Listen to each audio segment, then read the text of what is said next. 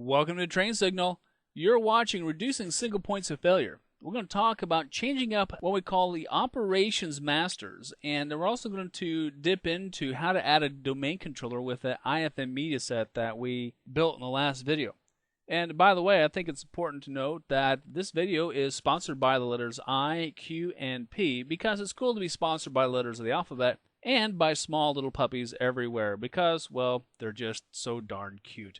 Alright, so let's talk about what it is in this video that we're going to be dealing with here.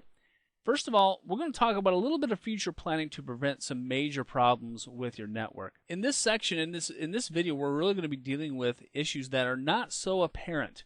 Okay, but it's one of those things that if you don't know about, it'll sneak up and get you. Alright, we're going to be talking about these things called operations masters and how to distribute them a little bit, because then we're going to restructure the GlobalMantics domain controllers a little bit to ensure that we have a little more flexibility. And really, I mean, we really are planning for failure at this point. Okay, I mean, there's no doubt about it. We've been talking about this since the last video. But your domain controllers are probably going to blow up eventually. And then when they do, we want to be ready for it. We don't want to be caught without a solution ready at hand. Okay. And also, I kind of had this as a sub point, but I'm going to teach you how to add a domain controller with that IFM media that we built from the last video. I'm not really going to produce slides about this one. I mean, I'm just going to get in there and show you how to do it because, I mean, let's face it, you already know how to install Server 2008. You know how to run DC Promo, but you don't know how to run DC Promo with IFM yet. So I'm going to show that to you. You're going to find out it's really super easy once you have that IFM media built like we did in that last video on creating backup media. All right, so let's go ahead and let's move on here. So right now, here we are. We have two domain controllers, both of which are global catalogs. Okay, so I mean everything seems fine, everything is rolling right along, but you know what? There's a lurking menace that we just don't know about right now, and that is this single point of failure. If NYDC1 takes a dive and becomes a quivering mass of metal, well, it's going to cause some significant problems in your network, and let me tell you why. Right now, we have all these things called operation masters attached to DC1.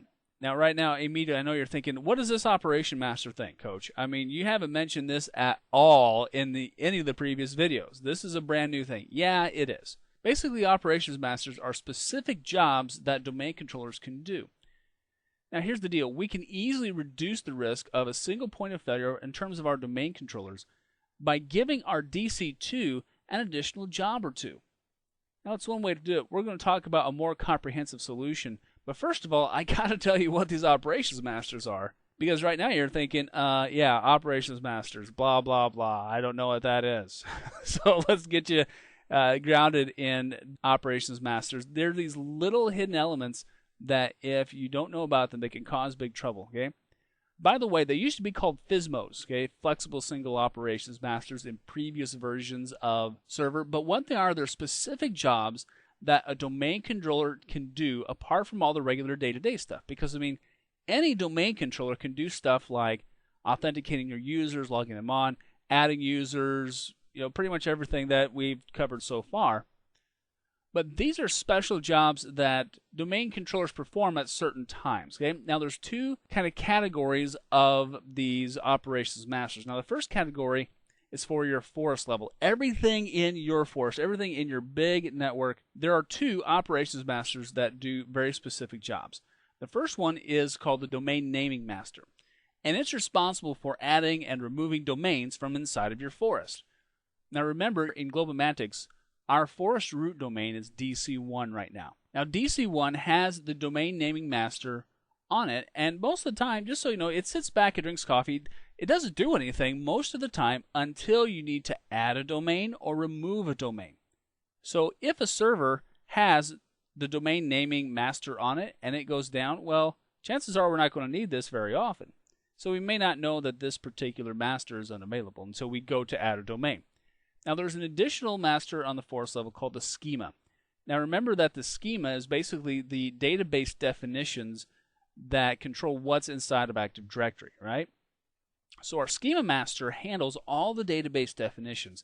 And again, most of the time, the schema master is on coffee break until you, or let's say you're installing a network-ready application that uses Active Directory, but it needs to make changes to the schema database. Well, then the schema master kicks in and goes ahead and handles those changes. And it handles the schema for the entire forest. So if you have several domains in your forest, the schema master is going to control the schema for all of them. Okay? Now, you're only going to have one domain controller that's going to handle both of these. And just so you know, these two operations master jobs, these can both run on the same domain controller. You don't need separate domain controller boxes for these two jobs. Okay, so we can put both of these jobs on the same domain controller. Now let's talk about the domain level stuff. Okay, now if you have 3 domains, you're going to have each one of these in every domain. So let's talk about these. First of all, here is the big one, okay, the PDC emulator. Now PDC stands for the primary domain controller. While every domain controller in your domain is really equal in most of the stuff that it does, there's always going to be one domain controller that's going to be the PDC emulator. Now, this particular domain controller that has this job handles stuff like password updates, group policy updates, time updates, and it also acts as what we call the master browser. When you go to browse what's in a domain, you're actually going to be looking at it from the PDC emulator, okay? Now, if this guy goes down, if the PDC emulator server goes down, you're going to see immediate effects, and lots of people are going to be very angry, all right? So this one is a big deal. Now, just as a quick note, this particular operations master, when you need to make group policy changes, okay, you want to make sure you do it on the server that has the PDC role for the best performance, because the PDC emulator handles the group policy updates. Now let's talk about the RID master, or relative identifier master. This guy creates and provides security identifiers. These are usually known as SIDs for any new user, computer, and anything else that gets added to your Active Directory. Now, if a server that has this particular role, if this one goes down, it may not be that big a deal until you try to add a new user or computer. Now, if you're familiar with DHCP, which, by the way, by now you should be, you know that a DHCP hands out IP addresses to all of your clients on your network. The RID master, or relative identifier master, kind of does the same thing, okay, except that it hands out these unique identifiers for your different elements in Active Directory. Now, let me give you just a short definition of what a SID is, by the way. A SID is a unique identifier for an object in Active Directory. It's not that complex. And by the way, at the end of the course, I'm going to give you kind of a little bit of a more formal definition for a SID. But your user accounts have SIDs, your computer accounts have SIDs, your groups have SIDs, everything pretty much has a SID, okay? All right, let's talk about the infrastructure master now. The infrastructure master keeps on track on who's in what group. Okay? That's its primarily job. It's extremely vital, this particular master, if you have multiple domains in your forest. Now, because of that, the infrastructure master, it really should be on a server that is not a global catalog. The infrastructure master keeps track of who's in what group, but the global catalog also keeps track of that. Okay?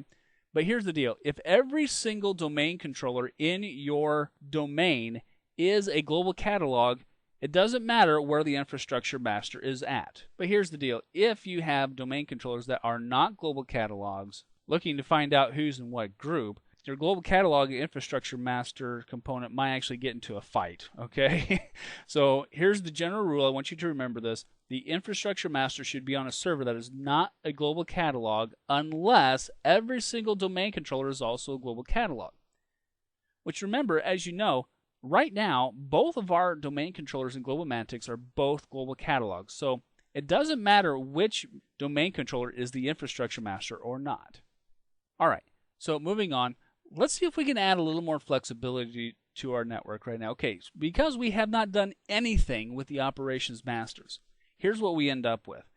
Our DC1 machine, which is also a global catalog, has all of the masters on it right now. Okay, and I mean all of them. Domain naming, schema master, PDC emulator, the RID, and the infrastructure. So that means that if this guy goes down, all of these guys go down with it.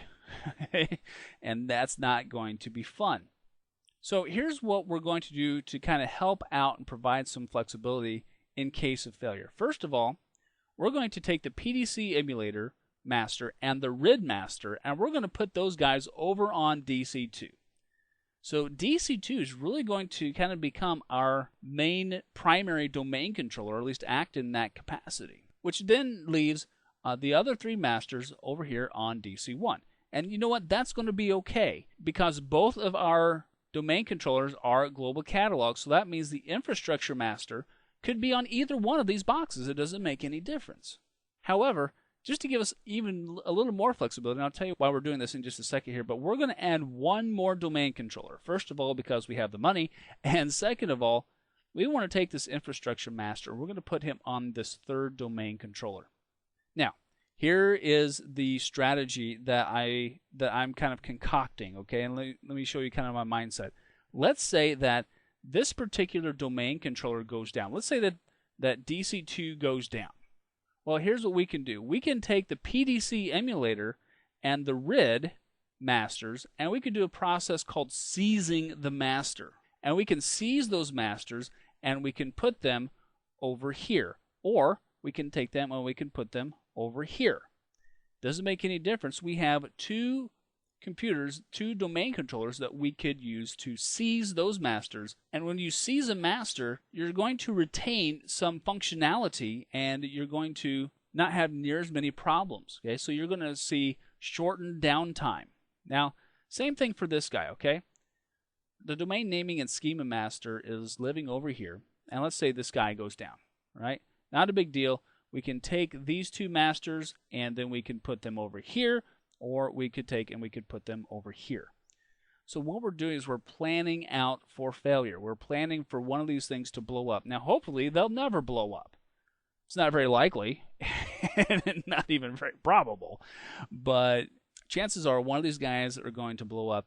And since we have these other domain controllers, since we're splitting up their jobs, their operation masters, when one of them goes down, we can put the operations masters that it currently has and put them on another domain controller, and we can get that functionality back that those operation masters provide.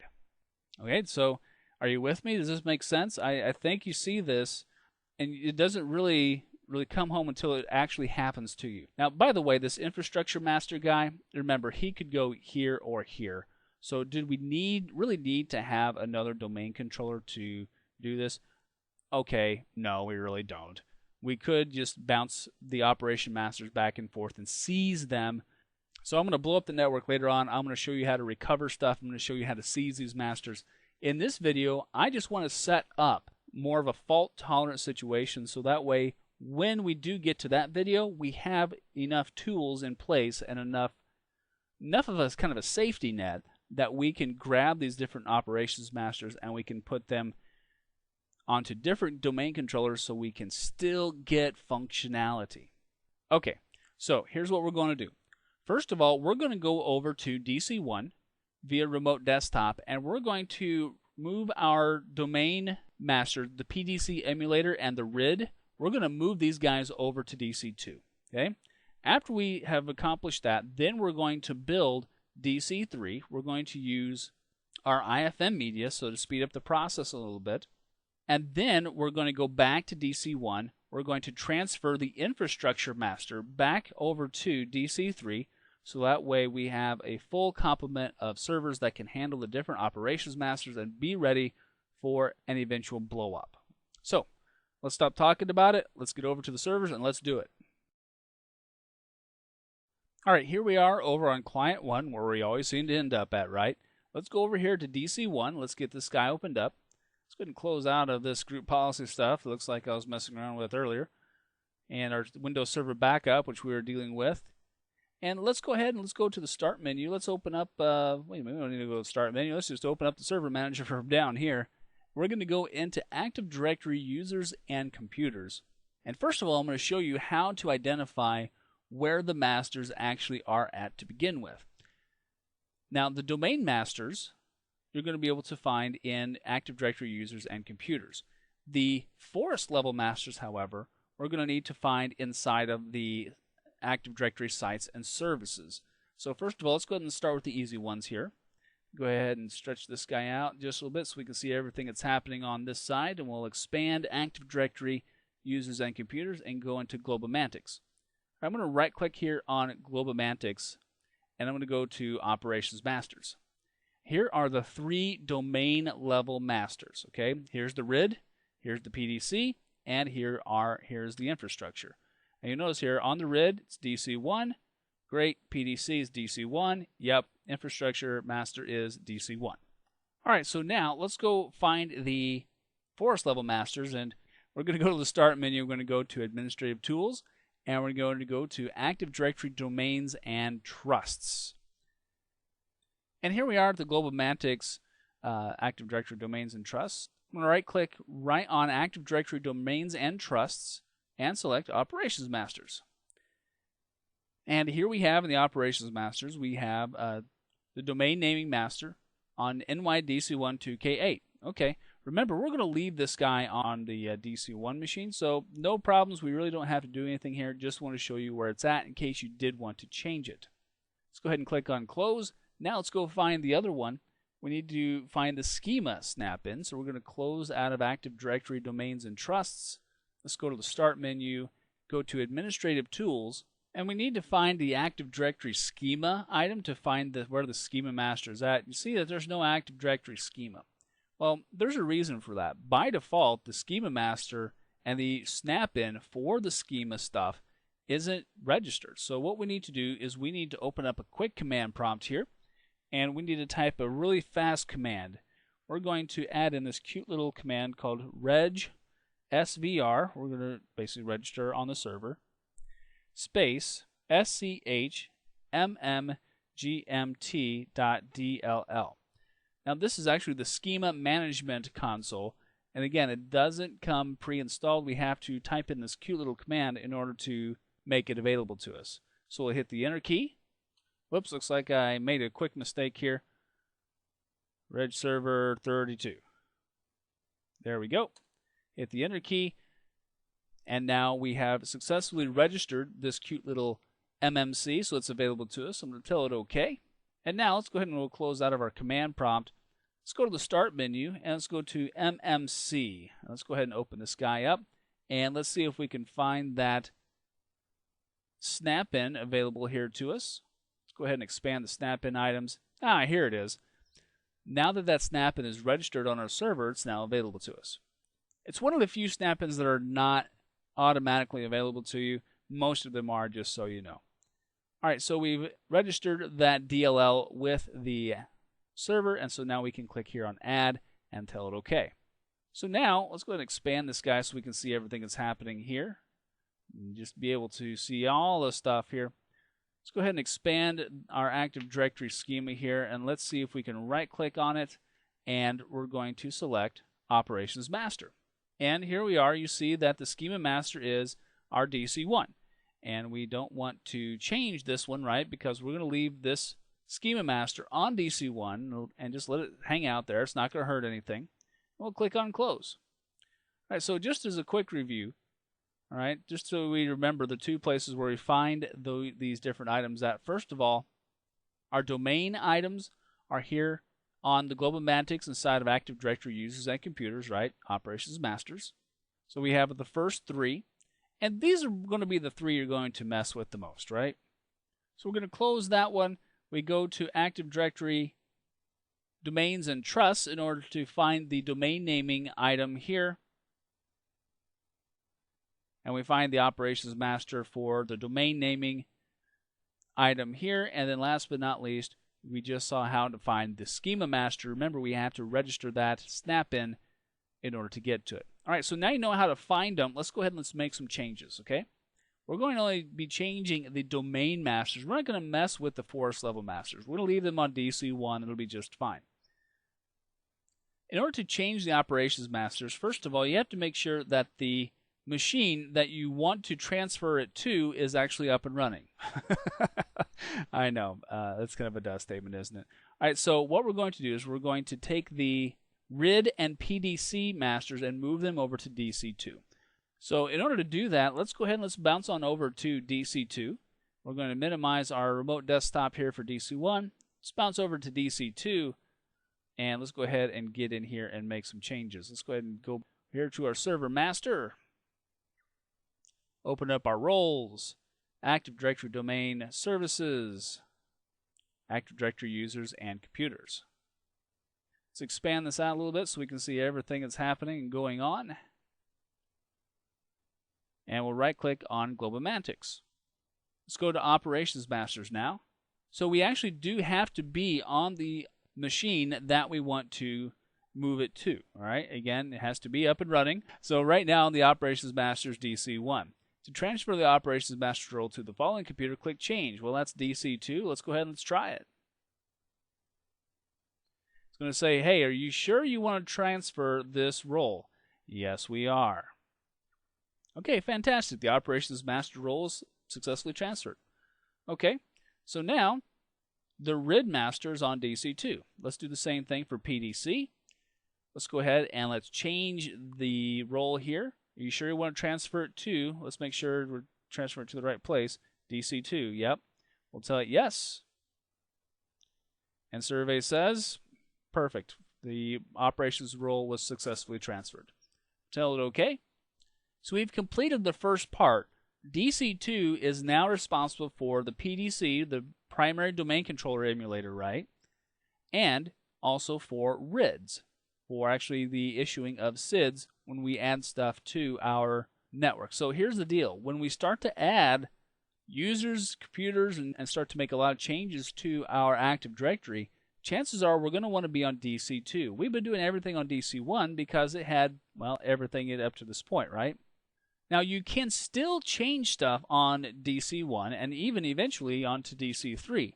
It's going to take a little slower to take effect, all right? So if you want the best possible performance, make your major changes here on the PDC and RID master, which is currently DC2. All right, so the infrastructure master is still currently on DC1, right? And that's okay for the time being, but we are going to create a new domain controller here. So let's go ahead, and I'm going to bounce on over to DC3.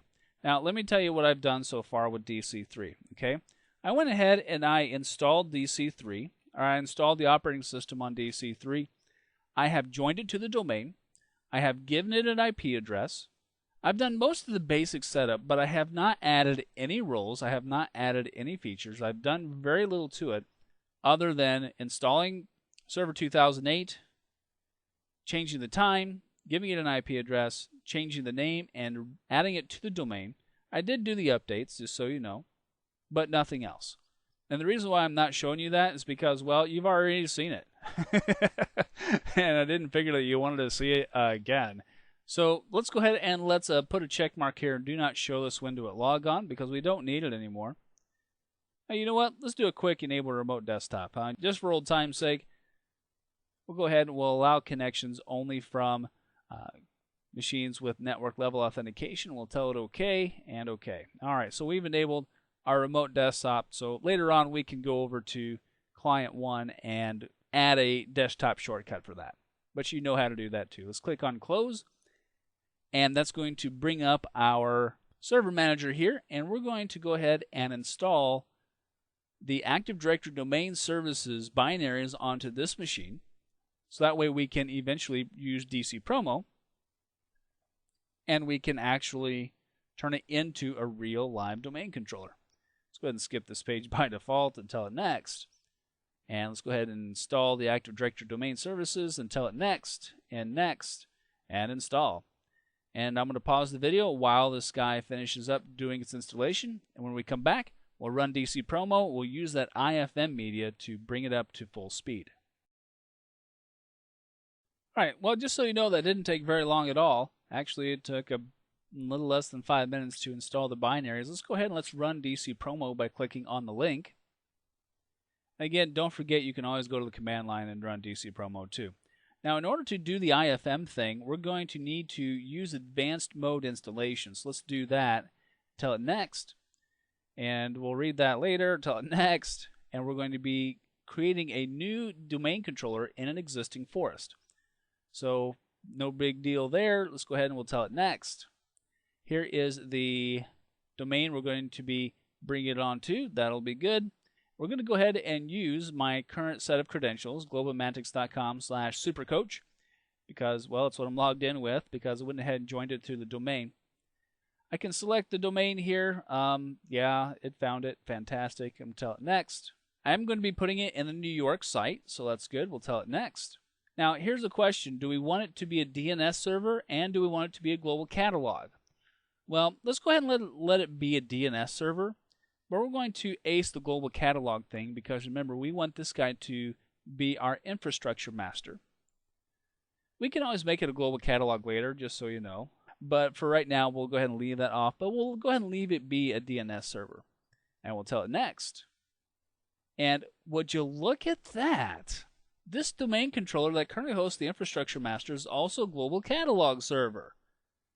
In a multi-domain environment, hosting the infrastructure master role on a global catalog server can cause problems.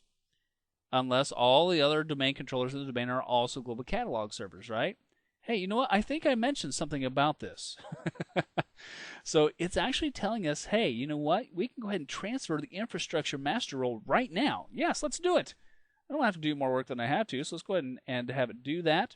And now it's giving us a little warning that said delegation cannot be created. We want to go ahead and we want to tell it yes, and we will let the domain servers figure it out amongst themselves, okay? All right, so now we can either replicate data over the network from an existing domain controller, but we're going to use IFM. We don't want to have all of that transfer going over our bandwidth. So we're going to replicate data from media at the following location. Now then, here's the problem.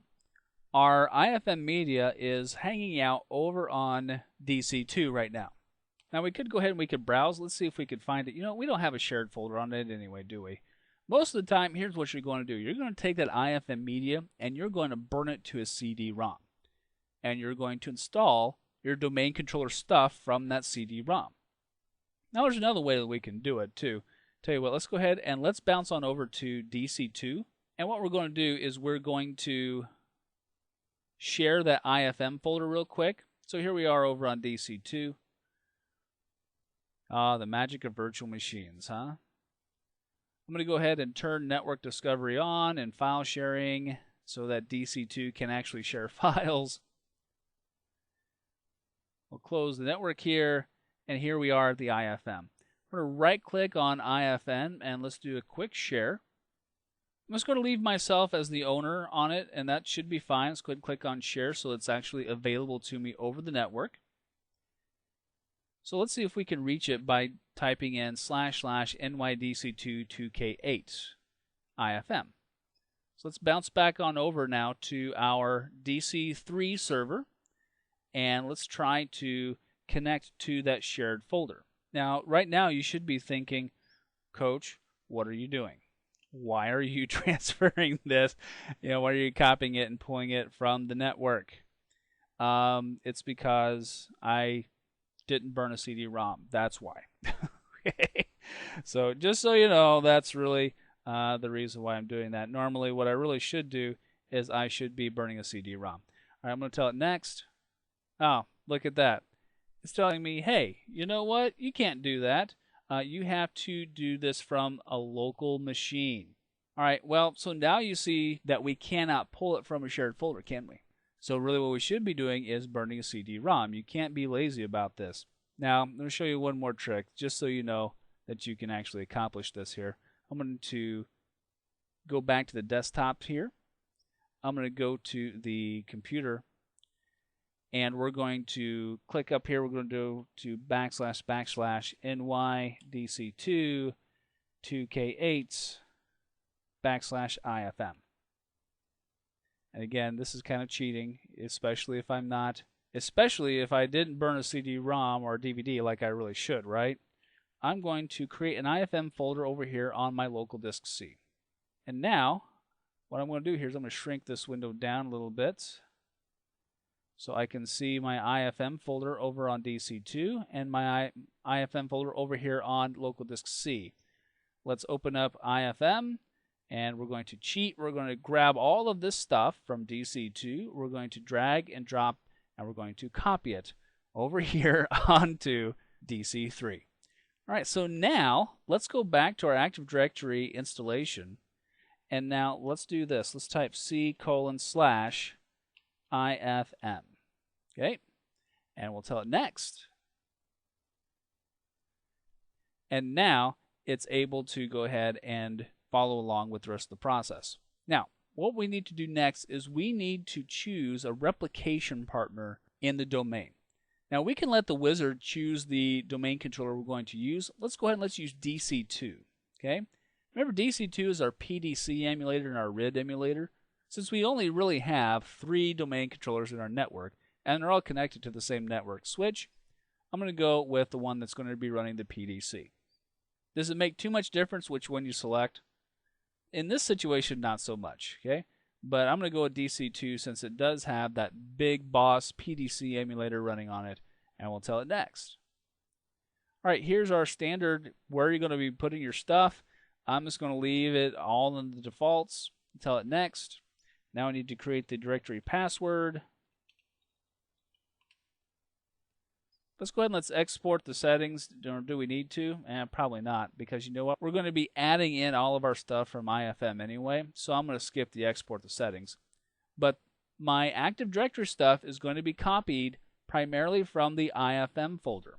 So I don't have to worry about replication back and forth between this domain controller and DC1 or DC2.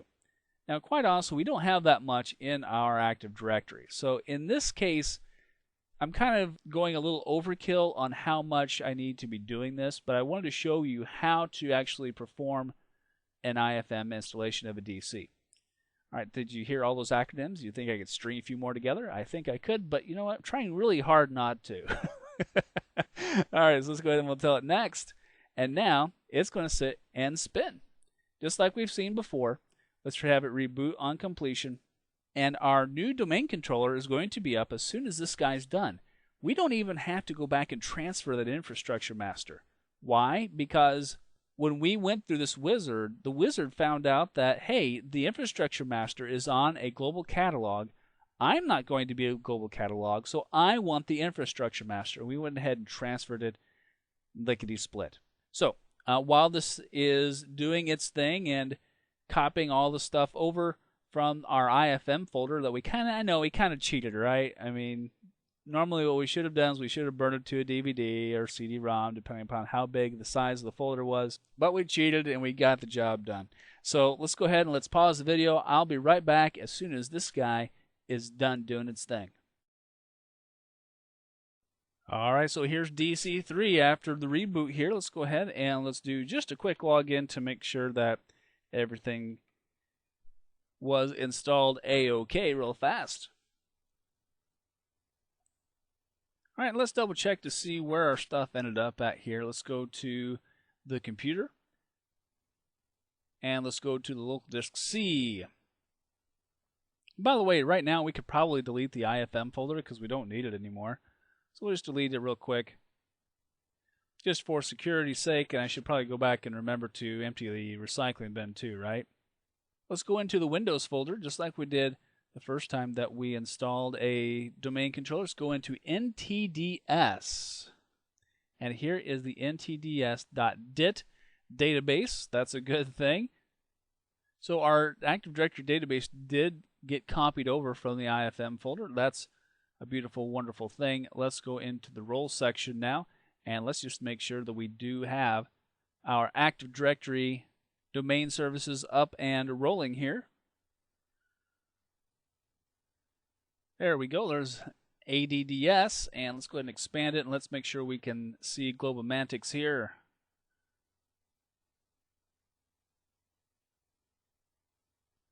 All right, looks like everything came on over A-OK. Let's go into the users. Yep, all right, we even got our users back on over here. Hey, real quick, let's make sure that our domain controllers are still all friends and talking to each other, right? So let's do our repadmin /sync all to see if anything weird is happening here. Sync all terminated with no errors. Hey, beautiful. That's a wonderful thing. All right, so let's type exit. And my friends, we are in good shape. We have successfully added this third domain controller using IFM. We have transferred all of our masters. Hey, you know what? Let's take a look at that real quick. Let's go to Globomantics, Operations Masters. All right, RID Masters DC2. That's good. PDC DC2. Infrastructure DC3. All right. I don't know how much more success we could need other than that. So let's go ahead and let's bounce on back to the slides and let's wrap this guy up. All All right, so in terms of our domain controllers and our restructuring of them, this is where we're at. We saw every step of the way, so everything is good to go. Let's go ahead and let's talk about just a couple of big words here. Remember that the operations master is an assignable role or job for a domain controller that only one domain controller can do at a time. Okay? That's kind of an important part there. Only one domain controller can do at a time. Sometimes you'll hear this term called multi-mastering, meaning that multiple machines can do the same thing. Well, with these operations masters, that's not the case. Only one domain controller can do that particular job at a time. Security identifier, let's talk about that for just a second. It's a unique value that's assigned to an object in Active Directory for identification in an Active Directory-based network. Big surprise there, right? Now, this SID might be assigned by a domain controller using SIDs generated from the RID master, right? From our relative identifier master. But SIDs may also be created by an operating system in the case of computer accounts and simply grabbed and pulled in and used by Active Directory. So just a couple of words to remember out of this particular lesson. So let's talk about what we covered. After viewing this video, you should now be able to at least describe a little bit about the 5 different operations masters. You should be able to identify what server has been assigned what operations masters, and I've shown you the different places to go do that. And by the way, there's like 5 or 6 other ways to figure those out. Okay, I just showed you the easy ones. I've shown you how to change operations masters, and remember that we have to be over on the other domain controller to do that, to pull the operation master from one to the other. So your domain controllers have to be up and alive in order to do this in the right way. I've shown you how to create a domain controller using IFM Media. Most of the time, by the way, if you're going to be using IFM Media, you're probably going to be taking a domain controller, installing Server 2008 on it, burning a DVD or CD-ROM with the IFM stuff on it, and then shipping the computer and the disk with it to that other location.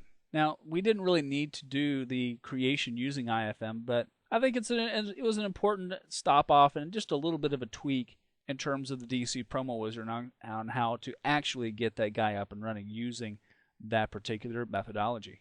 Well, that wraps this one up. So, tell you what, I'm going to see you in the next video where we're going to start talking about doing more maintenance type based stuff. We're going to talk about auditing your Active Directory. We're going to talk about defragging your Active Directory. So there are a bunch of little tasks really in the next video that's just going to help you kind of keep your fingers on the pulse of what's happening with your domain controllers and such. So I'll see you over there.